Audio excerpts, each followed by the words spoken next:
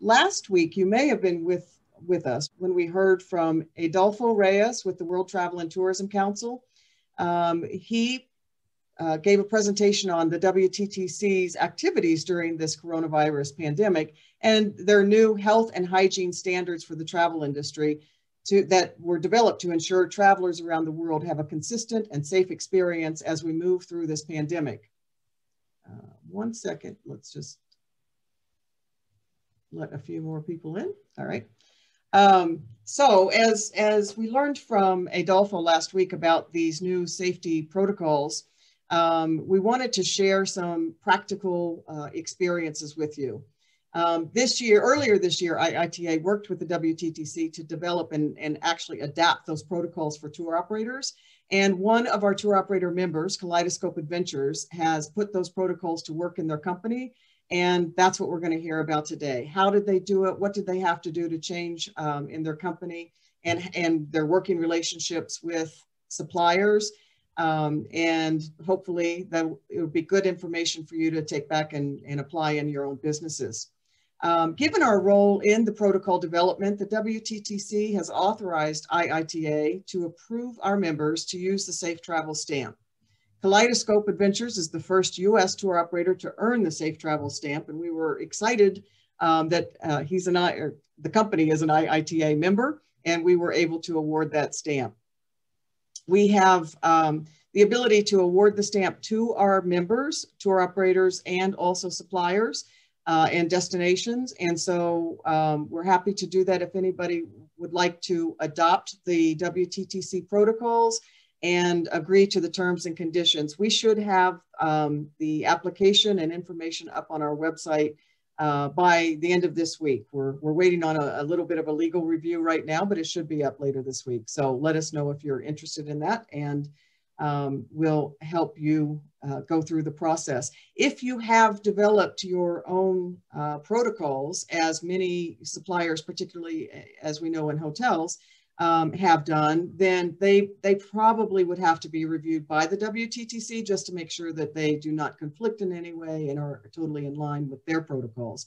But if you are simply adopting what they have and putting their protocols into implementation, we can award you the stamp through IITA. With that, and without further ado, I'm going to turn it over to our esteemed speakers today. We have with us the COO of Kaleidoscope Adventures, and owner, Keith Snowd, and the operations manager, Sierra Jenin. Keith, Sierra, thank you so much for taking this opportunity today to share with us your experience and give us some practical advice. And with that, I'll let you take it away. Thanks so much, Lisa. Thanks. It's great to be here.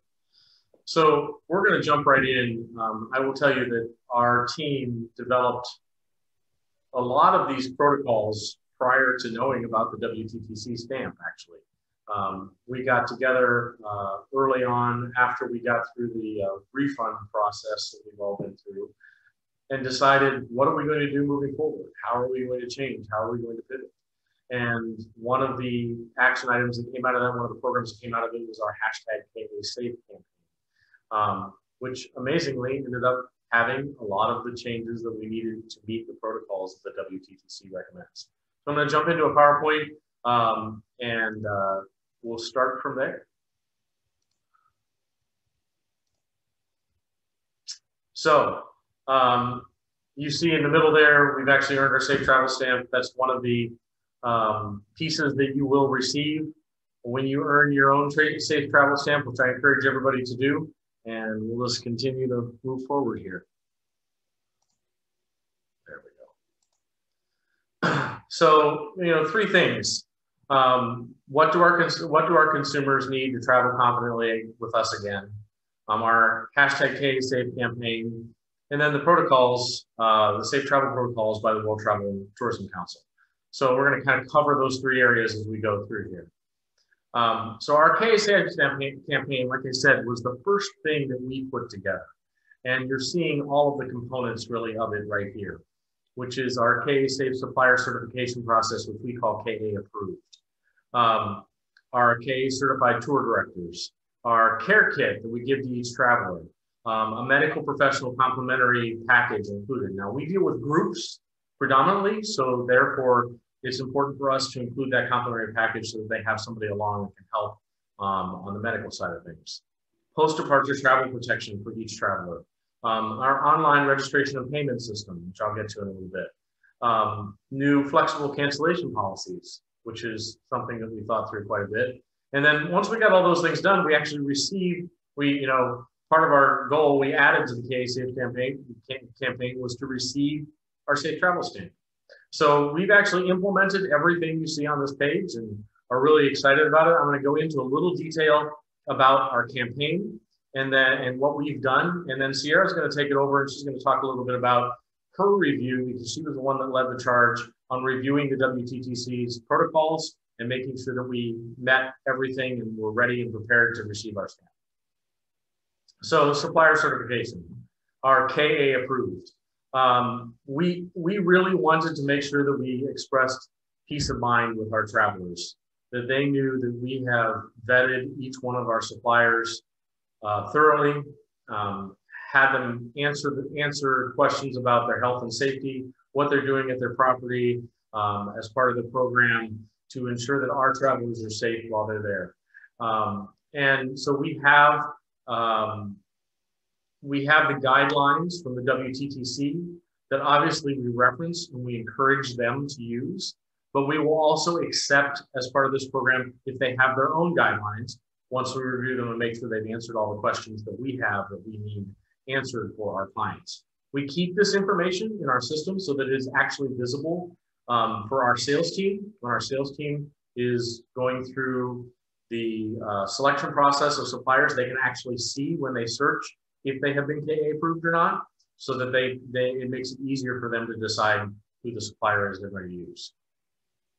Our tour directors. We pride ourselves on our tour directors. They're amazing people, and they are really the ones that keep our tours going. They keep our customers happy, and this is just another layer we're going to add to the tour directors, who we know they can handle it. But it's teaching them about the health and safety protocols that they need to follow while a group's on the road. It's a little different for our groups, because some of the protocols, as Sierra will talk about, are things that the group is really going to need to do before they leave their destination. So we had to look at that and really decide what's our responsibility and what do we need to instruct our group leaders to make sure they're doing before they depart. Care kit. This really for us is a simple thing.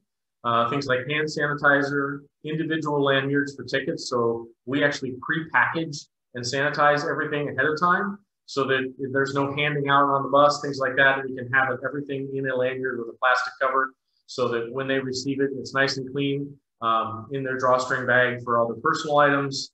So they have a really great way for us to disseminate all the information they need in a healthy, safe way.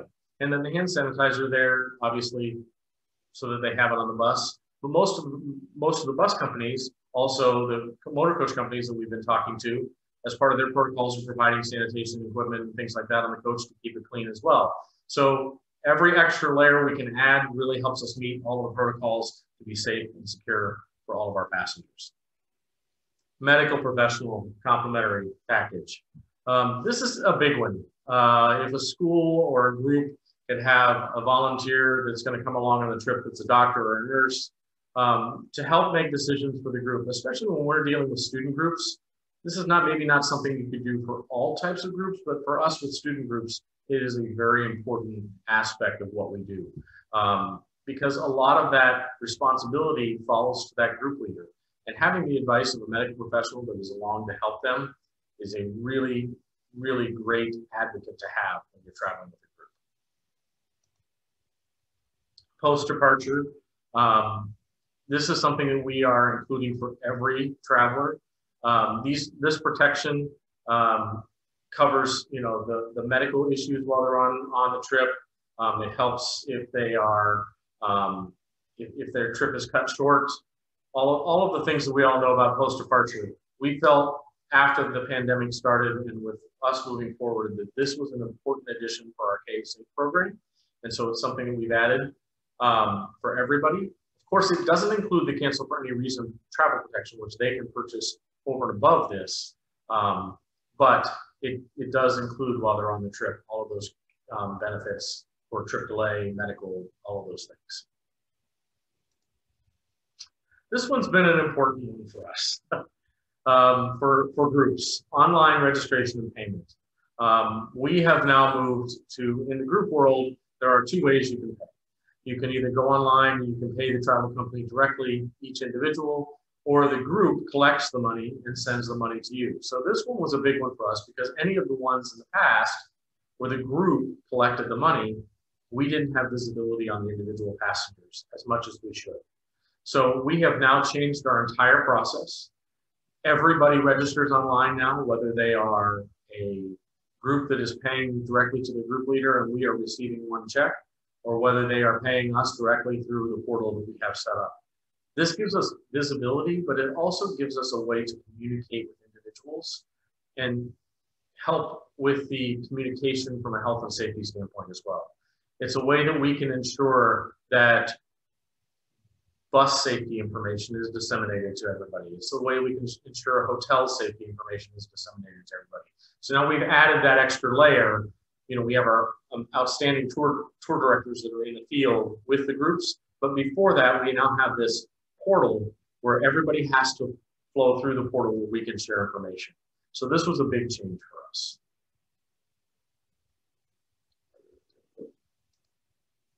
Our cancellation policies.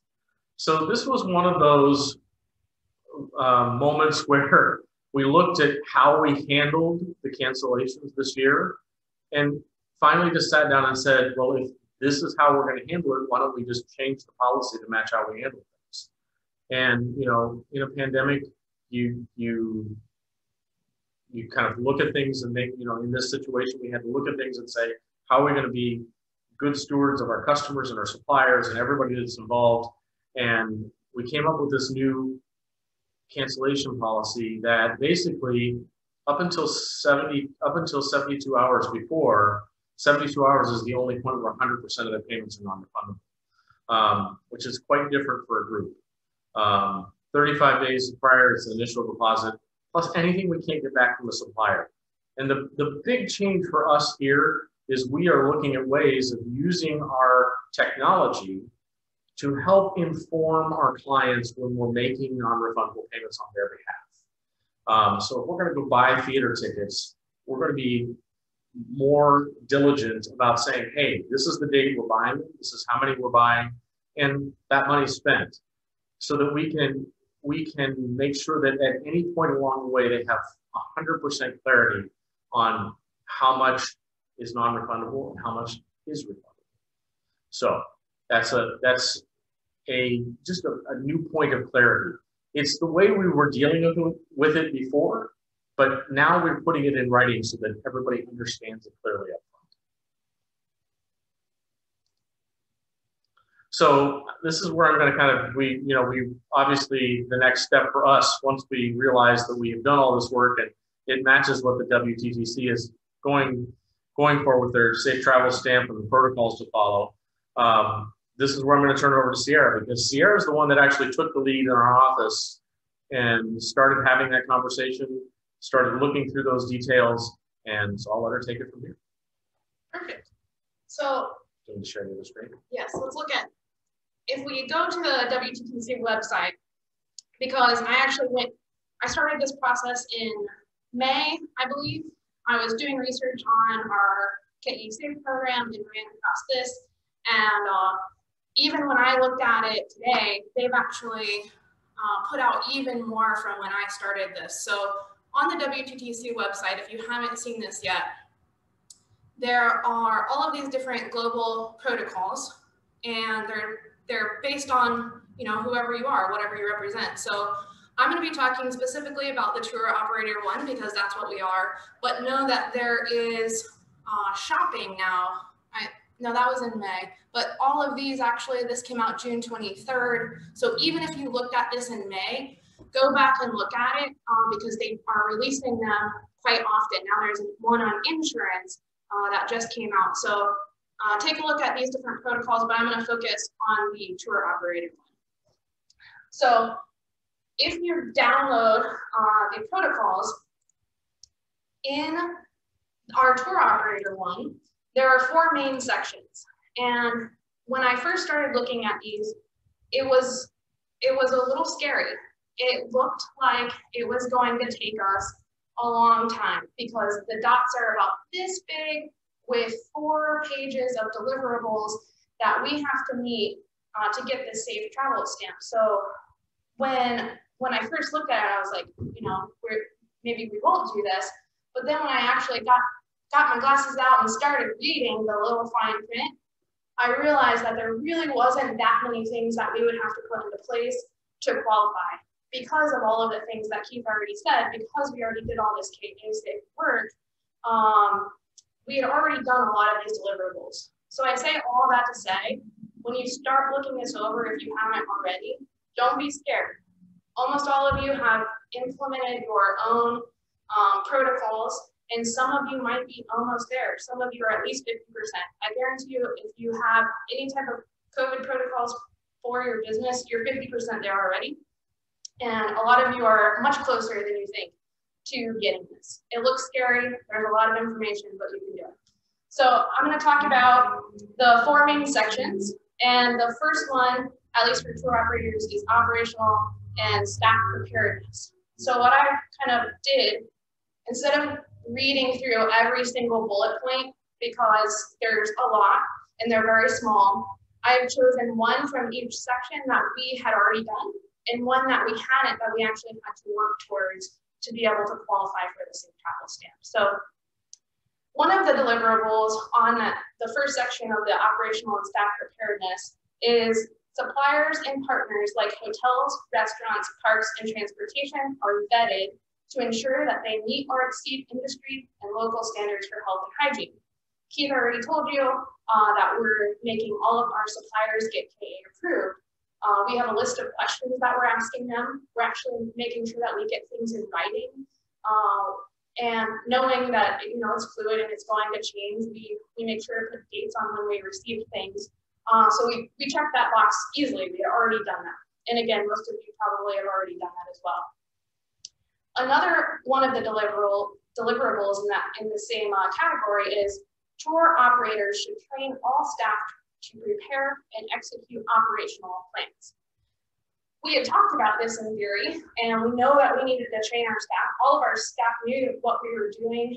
They knew about our KA Safe campaign, but we hadn't actually created yet documents and figure out how we were going to train our tour directors, who are our guest-facing folks, in what they have to look for when they are rapidly checking the hotel when they get there, or when they're getting to a park or on a motor coach for the first time.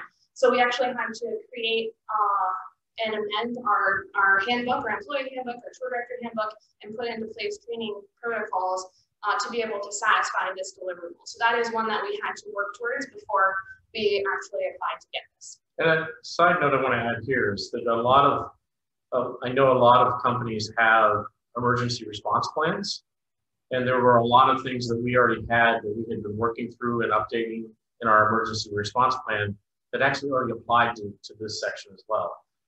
In fact, back in March, when the first wave of all the COVID cancellations started hitting, we actually implemented our emergency response team and had a documented plan as to what our steps were going to be that we took over the next 30 days, and we implemented it. And that's part of the reason we did so. I feel like we did so well is because we used that.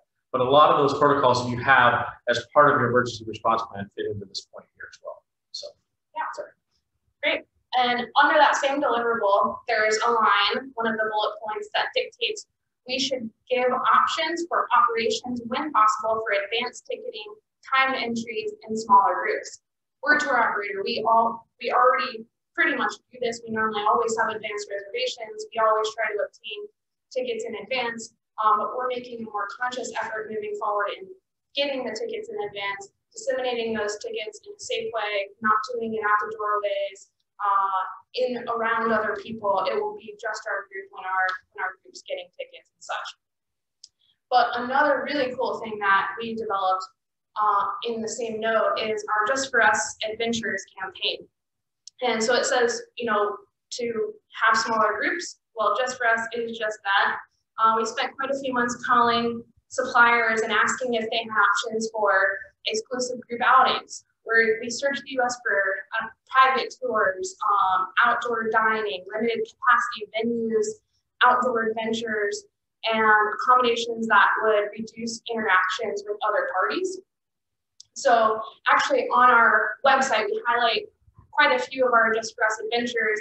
We have one that's first in Lancaster that we feature zip lining and mini golf and caverns in the zoo.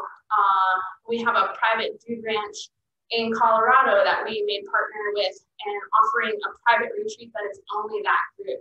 So our Just For Us adventures, again, is kind of checking off that box and trying to get the smaller groups and out of the larger places, if you will. So moving on to the next section. So this is section number 2 in the tour operator protocols. We find delivering a safe experience.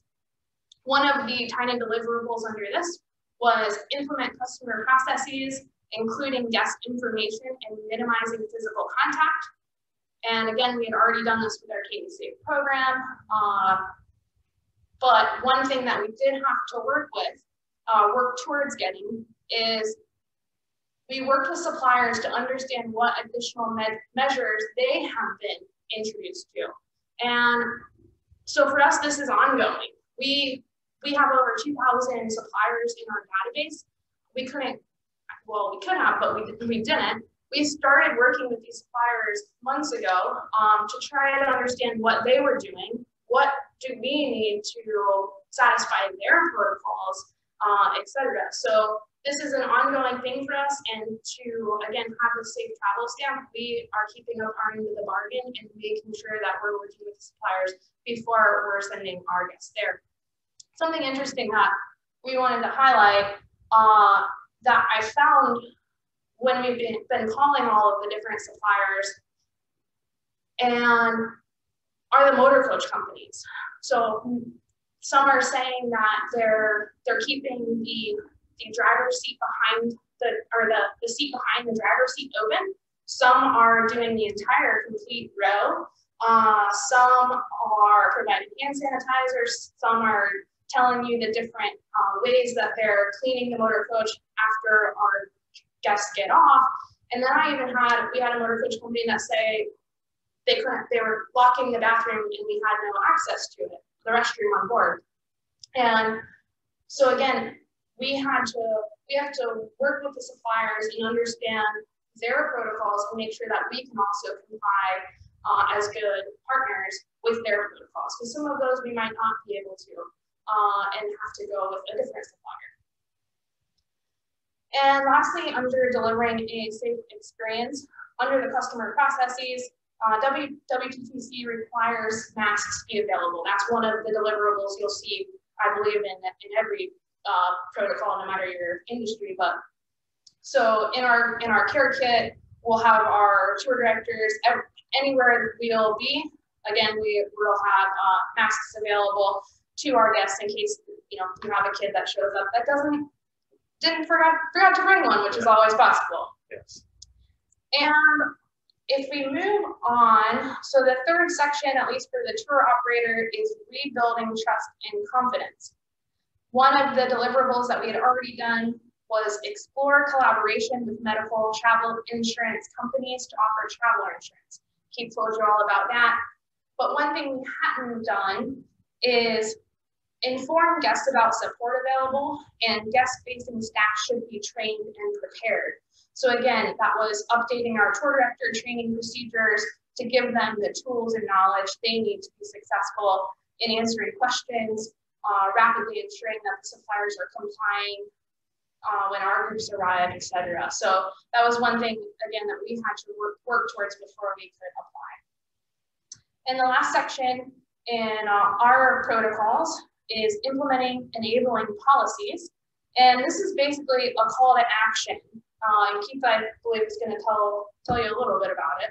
So, this is where we we're trying to be good stewards of the travel industry, not just of our customers, but also being a good industry partner.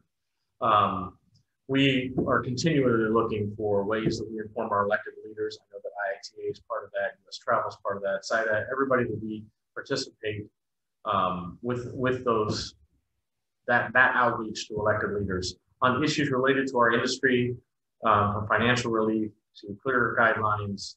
And I really think that the WTTC protocols are a really good step in the right direction for our industry. The more businesses that we get participating, the louder that voice will be. We're constantly evaluating our product offerings to find new programs that encourage travel. Our Just For Us Adventures is one of those. We really want to get people on the road, and we really want to find ways to get them on the road where they feel comfortable and safe and healthy. And then, you know, we participated in the Let's Go There campaign, the hashtag Let's Make Plans. And we continue to watch for opportunities to participate in things within our industry. We've created new partnerships with tour operators overseas, actually, to improve our health and safety procedures and share our resources with our partners worldwide. So it's helped us become better tour operators here, because we have partners overseas that have been teaching us things, and we're learning together. And then our leadership team, all of us here, participate in public forums, webinars, online sessions, and everything to promote travel and really show how we're enabling these policies. And I'm going to be honest, part of that for us, and part of everything that you see on this page for us, is this also helps keep us accountable to make sure that we're staying on top of the things that we're promising to do. So it's important for us to stay on top of this and watch for the change, make the changes, and pivot when we need to. And the Safe Travels protocols are a really great benchmark to have that conversation and engage where we need to be. So that's where we are from an enabling policy standpoint. So as you get your Safe Travel stamp, as Sarah has talked about, you get some fun things. And one of them is this video you can share. You get your Safe Travel stamp that you can use, and I'll talk to you about how we've been using that. But I wanted to share this video with everybody. What does it mean when you see the Safe Travel stamp? Like you, we want to ensure safe yet seamless travel in the new normal. We've been working with leading health experts and industry associations to devise global health and hygiene measures that follow WHO and CDC guidelines. The Safe Travel stamp recognizes the destination authorities and companies around the world that are adopting our health and hygiene protocols, from enhancing sanitation and deep cleaning practices to promoting contact tracing apps. We want you to feel confident in getting back to travel. So, whether you're booking a flight, renting a car, or planning your greatest adventure, keep an eye out for the stamp and look forward to experiencing safe travels. Visit wttc.org/safe travels to find out more. What does it mean when you see the Safe Travel stamp? There we go. So then we also implemented our marketing campaign, and it has obviously many facets to it. We announced it on our website. We wrote a blog. We have a blog about it. We did a huge social media campaign about hashtag KSafe. We've created a couple videos to explain it. We started emailing our suppliers now that we have the stamp to get them involved in our process to be KA approved. Right now, as I told Lisa, we were working on our press release. I sent out 32 different contacts yesterday, and I've got about another, I don't know, I can't remember, but we're acting as our own press agent there, because, you know, staff is limited and time is limited, so we're working the best we can. But our goal is not only to be a leader for our customers and our clients, but to also be ambassadors for the travel industry, to say everybody needs to be on board with this. And I can't stress that enough, because the more of us in the industry that get behind this program and follow this program, the better it is for all of us. because it helps us create a singular voice to say, we can travel safely, and here's how we can do it. So that's the process we're following. So how to receive the stamp. I think that Lisa, do you want to take it from here, or? Sure.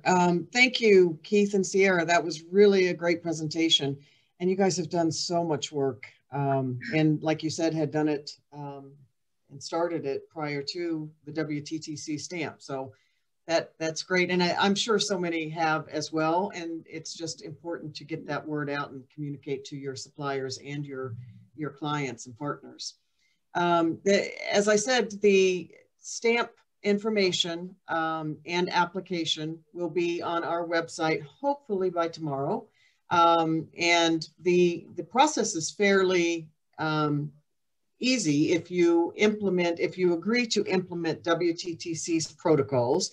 And again, you need to read their protocols that are either for the tour operators or for your respective area or sector of the business. If you agree to implement their protocols and you have no other or differing protocols that need to be reviewed, then you can just agree to their terms and conditions and our terms and conditions, all the legalese, which again will be on our website. And once you do that, then we will designate the safe travel stamp for your company and or destination, and then you can start using the stamp. And with that comes all of the marketing materials that Keith has just gone through, the stamp, the video, different versions of the stamp, that sort of thing. Right. So yeah, so that should be pretty easy and ready to go by tomorrow. Keith, did you have a comment? I forgot to mention that we've used the stamp in a lot of places since we've received it. We actually changed our signature on our email to include the stamp that has our logo and the WTTC logo and everything on it. We've used it in obviously on our website, but in other materials we're sending out to all of our customers information about it in our conversations about our #KASafe program. So we've already started just in a few days here, we've already started incorporating it into pretty much everything we do. That's easy. Great. Yeah, the WTTC, one of the reasons we started working with the WTTC is because we, as tour operators, have been saying that we really need this consistency in safety protocols to rebuild that consumer confidence, to get the travelers feeling safe again, when it's safe to do so, not just feeling safe for safety's sake. But we want them to know what the hospitality, travel, and tourism industries are doing to keep them safe and really practice consistent protocols to ensure that. And there are many, many great organizations and U.S. companies that have developed their own safety standards. And I think pretty much there are, parallels and consistencies throughout those different organizations. But the WTTC helps bring that all together. It really helps when you earn that stamp. It helps to share that information with travelers in the U.S. and outside of the U.S. So theirs as being, since we are an international organization dealing with inbound travelers, being a worldwide organization, we felt it was really important to have that consistency on a global travel basis, and not just within the country. We can't say enough about the process that they've gone through, because they have gone through a lot of working with different governments around the world. And again, the more the stamp is recognized, the more inbound international tour operators and travel providers will recognize their partners in the U.S. are meeting their own safety standards. So I think it's really a positive move from a B2B standpoint, and certainly from the consumer confidence standpoint. Agreed. Yeah, Keith, you've got a few questions here, and I don't know, Sandy, if you're still on the call, if you want to unmute yourself, since most of the questions here are from you, you're welcome to do that. Otherwise, I can read through them. Yeah, I know, you know, I'm on the WTTC COVID task force with Ken, and we had heard some European hospitalities state that they were doing testing right when the clients come, like a rapid test. And I was just wondering, are you seeing hoteliers testing, you know, in the United States, or, you know, are they working with your protocol? Are you having any issues there? Are they welcoming what you're doing? Well, it's a little different for us in the sense of groups because most of our groups are pre-formed. And so a lot of our groups are handling that situation prior to them even leaving their destination. So the group is staying together. So Sierra probably can speak to more of what she's seen from the hotel standpoint on the supplier side, but from the customer side for us, a lot of our groups are showing up with that, whatever their protocol has been from their district or their group of, you can't go on the trip unless you're taking your temperature, we tested you, like whatever it is. That a lot of groups are already handling that before they get to us. So it's a little different for us. Yeah. From a U.S. standpoint as a whole, every state is different too. And so it depends on what that government in that state is doing and requiring. For instance, here in Florida, we're not requiring you to have a test. We're requiring you to wear a face mask and get temperature checks. But we don't have to have proof of a negative COVID test. So at least here in Florida, and most of the hoteliers that I've talked to are not requiring rapid testing. But I will tell you from a personal standpoint, when I went up to New England in the summertime, I did see that in some of certain New England states where in Maine, for instance, you couldn't even go into Maine without a test. Within 48 hours, you had to show the test results. So it's very much volatile in what state. But for the most part, in the United States, no. Okay. Yeah. Okay. And Sandy, to also further that also applies to a lot of the policies that have differed a lot from motor coach companies too.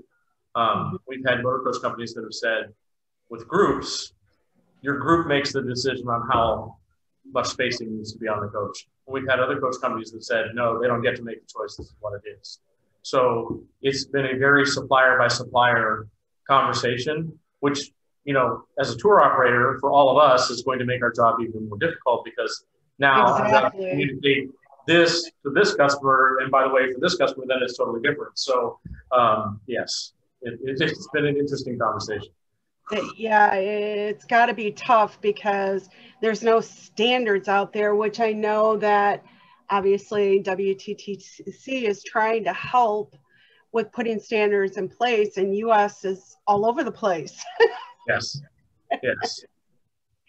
And the last question I have for you was, what are the origins that you're seeing where travel is coming out of for your business?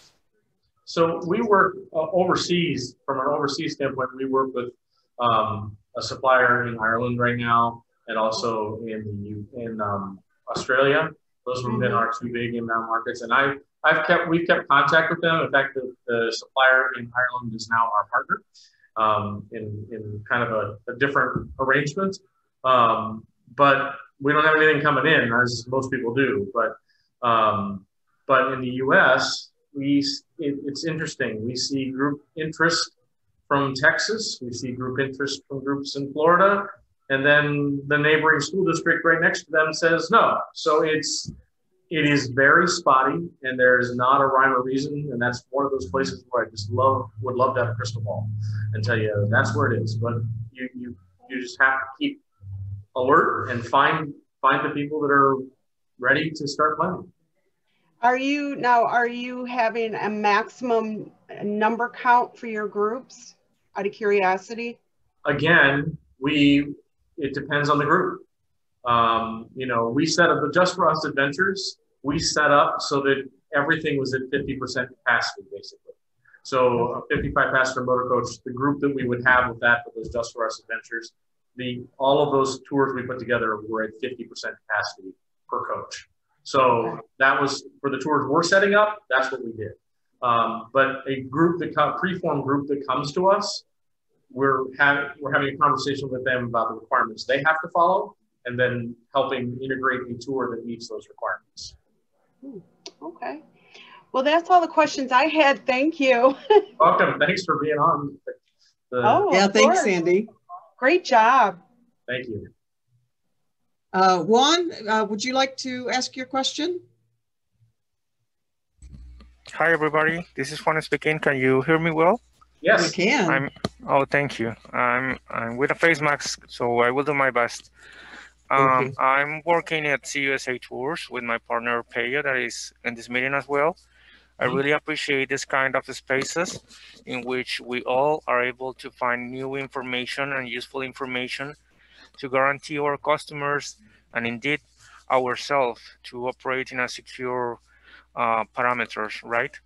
So my question at this point is try to find out within this collaboration in this project, maybe you have thought to establish a communication with the certified countries to create a certified database with updated information on migratory conditions to share with the members who have the certificate. I mean, for example, a database, a common database in which we all can access with recently uncertified information, because sometimes it's difficult. Most of our customers are questioning which are the migratory restrictions, the last notifications about each country on traveling restrictions. So sometimes it's very difficult to find out one place to have access on this information. Right now it's widely dispersed, and I think it will be a great tool for all of us, including the WTTC, to implement the support for each of our members. Thank you. Does Lisa, I'm pretty sure the WTTC site lists all of the entities who can issue a stamp, correct? It does. And that's correct. Some of those are tourism councils in specific countries and things like that. I mean, I know that's not exactly what you're asking for, but it's a starting point, at least, from a reference standpoint. Yeah. In fact, in most of the other countries, and there's only two as of, at least when I looked a few weeks ago in the United States at all. Most of them are overseas in different countries. In most of the other countries, the people that the WTTC has deemed to give the stamps are CVBs. So reaching out, I'm sure they would be happy to tell you all the different ways that all their different numbers that are safe travel stamp. And I do know, yeah, it's just the folks that are, they don't have all of the members listed. It's just the folks that can give the stamps. Yeah. But that at least is there. That's one part of your question. I know your question has much more depth to it, but it might be a little bit of a help. So yes, for sure. Thank you very much for answering my question. Thank you. Right, and Juan and everybody else, there's just a quick reminder, there are several links on our website that will give you policies by country and by state. So you might want to go to inboundtravel.org and go to it's education, and then the drop-down menu, you'll find COVID-19. And when you go to that, you'll find several different links that have good information, but there are specifically, and I can't off the top of my head at the moment remember who they are, but there are two specifically, one that is policies by state and one that is policies by country in terms of their coronavirus policies. So that could be a good resource too, but we'll see if we can't urge the WTTC to also put out the list of people who have obtained the stamp, as well as the list of who is authorized to provide the stamp. That would be definitely very good information. Awesome. I'm watching it right now. Thank you. Good. Good. Any other questions? Keith, Sierra, anything to add? No, just I encourage everybody to get their stamp. And if there's anything that we can do to help, you know, you can get our contact information from Lisa. I had it at the end of the slide there, but we're happy to help in any way we can, because it's important for us as an industry to stick together and have one voice. Hey, Keith, Kim Fisher, I just wanted to, I'd ask you before the session started, and maybe just could cover Yes. your answer about the legal, liability and how you've dealt with that. Right. So we use the same attorney as IITA does, Jeff Ment, who is fantastic. And we revamped all of our, as you saw from our cancellation policies, we revamped all of our terms and conditions after we've gone through everything this summer. But one of the things we have added to our participant registration is a specific waiver for COVID-19. And it's something that I certainly hope we don't have to use forever. But for the meantime, we do have that. And again, that's something that I encourage everybody to have as part of their terms and conditions. For the individual passengers, I would not, I wouldn't make it, if you're dealing with groups, I wouldn't make it a group sign off, I'd make it an individual passenger requirement. Great, good question, good question. All right, well, thank you both. If there are no more questions, we'll wrap it up for today, but I can't thank you both enough for sharing all of your information and experience, and we'll tap back into that as more and more get involved in this. Thanks for having us. It was great to be here. Thank you, Lisa. Thanks, Lisa. Thanks, everyone. Thank you. Thanks, everyone. Bye-bye. Thanks.